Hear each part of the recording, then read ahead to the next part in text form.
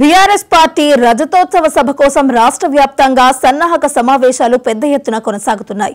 వరంగల్ జిల్లా ఎల్కతుర్తిలో ఈ నెల 27న పార్టీ నిర్వహించనున్న రజతోత్సవ సభకు పోలీసులు అనుమతి ఇవ్వకపోవడంతో పార్టీ నేతలు కోర్టును ఆశ్రయించడంతో ఈ నెల 17 వరకు అనుమతిపై నిర్ణయం తీసుకోవాలని హైకోర్టు ఆదేశించింది. హెచ్ఈయూ భూముల వ్యవహారంలో సుప్రీంకోర్టు సాధికారత కమిటీకి మాజీ మంత్రి హరీష్ రావు నేతృత్వంలోని బృందం ఓ నివేదిక ఇచ్చింది. భూముల వ్యవహారంలో సీఎం రేవంత్ రెడ్డికి ఓ బీజేపీ ఎంపీ సహకరించారని కేటీఆర్ సంచలన వ్యాఖ్యలు చేశారు.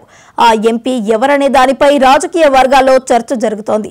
జ్యోతిబా పూలే విగ్రహాన్ని అసెంబ్లీ ప్రాంగణంలో ఏర్పాటు చేయాలంటూ ఎమ్మెల్సీ కవిత తనదైన శైలిలో పోరాటం చేస్తుంది. ఇక దీనిపై సంబంధించిన మరింత వివరాలను మా కరెస్పాండెంట్ రామ్ నరేష్ అందిస్తారు.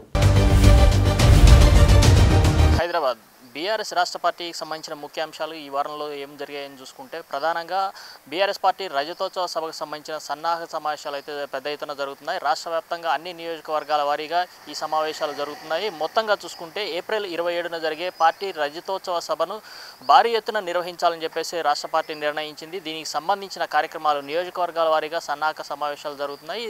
దీనికి సంబంధించి కేసీఆర్ ఇప్పటికే ఉమ్మడి జిల్లాలకు సంబంధించిన నేతలందరితో కూడా చర్చించడం జరిగింది. ప్రతి నియోజకవర్గం నుంచి కూడా దాదాపు 10,000కు తగ్గకుండా సభకు హాజరు అయ్యేలాగా చర్యలు తీసుకోవాలని చెప్పారు. ఈ నేపథ్యంలోనే ప్రతి నియోజకవర్గానికి సంబంధించిన నేతలు అంటే చిన్న పెద్ద నేతలంతా కూడా పార్టీ శ్రేణులను అదేవిధంగా జనాలను మొబిలైజ్ చేసే విధంగా ముందుగడుగులు వేసిన పరిస్థితి ఉంది. అయితే ప్రధానంగా చూసుకుంటే ఈ సభ ఏదైతే ఉందో ఆ సభకు సంబంధించి పోలీసులు ఇప్పటివరకు అనుమతి ఇవ్వకపోవడం కొంత పార్టీ శ్రేణులను కొంత నిరుత్సాహానికి గురి చేసింది అనుకోవచ్చు. అయితే ఈ నేపథ్యంలోనే పోలీసులు అనుమతి ఇవ్వకపోవడంతో హైకోర్టును పార్టీ నేతలంతా ఆశ్రయించడం జరిగింది. దీనిపై విచారణ చేపట్టిన హైకోర్టు ఈ నెల 17వ తేదీలోగా దీనిపై అనుమతికి సంబంధించిన నిర్ణయం తీసుకోవాలని చెప్పేసి గడువు విధించడం జరిగింది. దీనిపై పార్టీ శ్రేణులు తమకు అనుమతి వస్తుందని చెప్పేసి భావిస్తున్న పరిస్థితి కనిపిస్తుంది. ప్రధానంగా చూసుకుంటే ఈ రజతోత్సవ సభను ఘనంగా నిర్వహించి అంటే ఇప్పటివరకు పార్టీ అసెంబ్లీ ఎన్నికల్లో ఓటమి తర్వాత పూర్తిగా స్తబ్దుగా మారిందని చెప్పుకోవచ్చు. ఆ తర్వాత పార్లమెంట్ ఎన్నికల్లో సున్నాకే పరిమితం కావడంతో పార్టీ శ్రేణులు పూర్తిగా స్తబ్దత నెలకొన్నది. ఈ నేపథ్యంలోనే కేసీఆర్ బయటికి రావాలని చెప్పేసి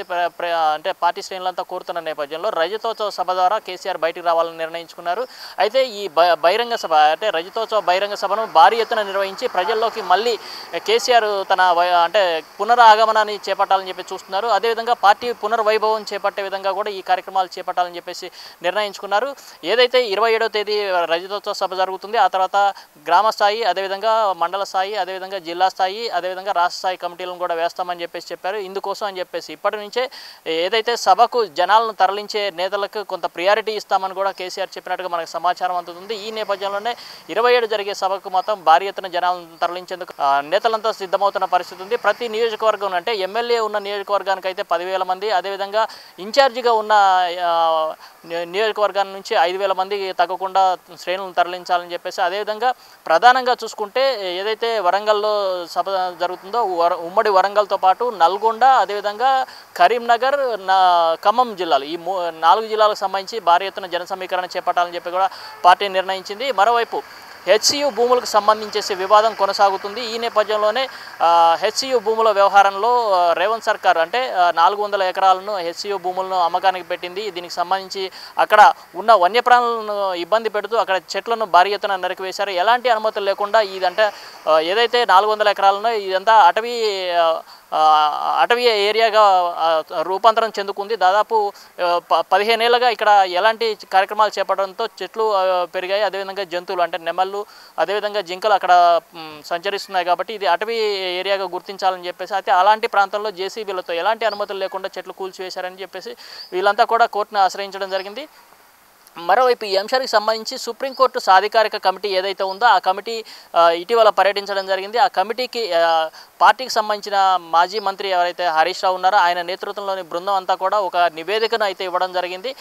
ఇక్కడ అంటే హెచ్ఈయూకి సంబంధించిన భూముల వ్యవహారంలో రేవంత్ సర్కార్ అటవీ చట్టాలను అదేవిధంగా వాల్టా చట్టాలను వ్యతిరేకిస్తూ ఇక్కడ భారీ ఎత్తున చెట్లను కానీ అదేవిధంగా అక్కడ ఉన్న చెరువులను కూడా తొలగించడం జరిగిందని చెప్పేసి ఒక నివేదికను అయితే కమిటీకి ఇవ్వడం జరిగింది. కమిటీ కూడా దీనికి సంబంధించి సంబంధించి ఏదైతే నివేదిక బీఆర్ఎస్ పార్టీ ఇచ్చిందో దానిపై సానుకూలంగా స్పందించిందని చెప్పుకోవచ్చు. మరోవైపు హెచ్సియు భూములకు సంబంధించి రేవంత్ ప్రభుత్వం భారీ కుంభకోణానికి అంటే ఆర్థిక కుంభకోణానికి పాల్పడిందని చెప్పేసి బీఆర్ఎస్ వర్కింగ్ ప్రెసిడెంట్ కేటీఆర్ సంచలన వ్యాఖ్యలు అయితే చేశారని చెప్పుకోవచ్చు. ఎందుకంటే ఏదైతే హెచ్సియు భూములు 400 ఎకరాలను ఈ 400 ఎకరాలకు సంబంధించేసి దాదాపు 10,000 కోట్లకు సంబంధించిన ఆర్థిక నేరానికి పాల్పడ్డారు. దీనికి సంబంధించి అంటే సీఎం రేవంత్ రెడ్డికి సహాయ సహకారాలు బీజేపీ ఎంపీ సహాయ సహకారాలు అందించారని చెప్పేసి ఆయన ద్వారానే ఈ వ్యవహారం అంతా కూడా వచ్చిందని చెప్పేసి దీనికి సంబంధించి పూర్తి స్థాయిలో విచారణ జరపాలని చెప్పేసి ఆర్బీఐ కానీ అదేవిధంగా సెబీ అదేవిధంగా కేంద్ర సంస్థలన్నింటినీ కూడా వీటిని ఇన్వాల్వ్ అయ్యి దర్యాప్తు కొనసాగించాలని చెప్పేసి కోరిన పరిస్థితి ఉంది. అయితే ఆ బీజేపీ ఎంపీ ఎవరు అనే దానిపై అయితే ప్రస్తుతం రాజకీయ వర్గాల్లో చర్చ కొనసాగుతున్న పరిస్థితి అయితే కనిపిస్తుంది. మొత్తంగా చూసుకుంటే ఇటు రాష్ట్ర ప్రభుత్వాన్ని ఇరుకును పెట్టేలా హెచ్సియు భూముల వ్యవహారం కొనసాగుతుంది. దీంట్లో బీఆర్ఎస్ పార్టీ ముందడుగు వేస్తూ ఎప్పటికప్పుడు ప్రభుత్వాన్ని ఇరుకును పెట్టే విధంగా ముందుకు నడుస్తున్న పరిస్థితి ఉంది. అదేవిధంగా బీఆర్ఎస్ పార్టీలో మరొక కీలక నేతగా ఉన్న ఎమ్మెల్సీ కవిత ఎవరైతే ఉన్నారో అసెంబ్లీ ప్రాంగణంలో బాపూజీ పూలే విగ్రహాన్ని ఏర్పాటు చేయాలంటూ తనదైన స్టైల్లో ధర్నాలు ఆందోళనలు చేస్తున్న పరిస్థితి ఉంది. ఆమె ఇప్పటికే ఇందిరా పార్క్ వద్ద ఒక భారీ ధర్నాను చేపట్టారు. అసెంబ్లీలో ఏదైతే బాపు పూలే విగ్రహాన్ని ఏర్పాటు చేయాలని చెప్పేసి స్పీకర్ని కలిశారు. అదేవిధంగా ఇప్పుడు అన్ని రాజకీయ పార్టీలను కూడా ఆమె కలుస్తున్న పరిస్థితి ఉంది. ఇటీవల అంటే ఈమె చేస్తున్న ఆందోళన నేపథ్యంలో రాష్ట్ర ప్రభుత్వం ట్యాంక్ బండ్పై విగ్రహ ఏర్పాటుకు కూడా అనుమతి ఇచ్చినట్టు తెలుస్తుంది. దీన్ని స్వాగతిస్తున్నానని కూడా ఆమె చెప్పారు. అయితే అసెంబ్లీలో మాత్రం విగ్రహ ఏర్పాటు వరకు తాము ఆందోళన కొనసాగిస్తామని చెప్తున్న పరిస్థితి అయితే ఉంది. మొత్తంగా చూసుకుంటే ఈ వారం బీఆర్ఎస్ పార్టీకి సంబంధించిన ఇవి ముఖ్యాంశాలుగా చెప్పుకోవచ్చు. కెమెరామెన్ పాపారావుతో రామ్ నరేష్, మహా న్యూస్.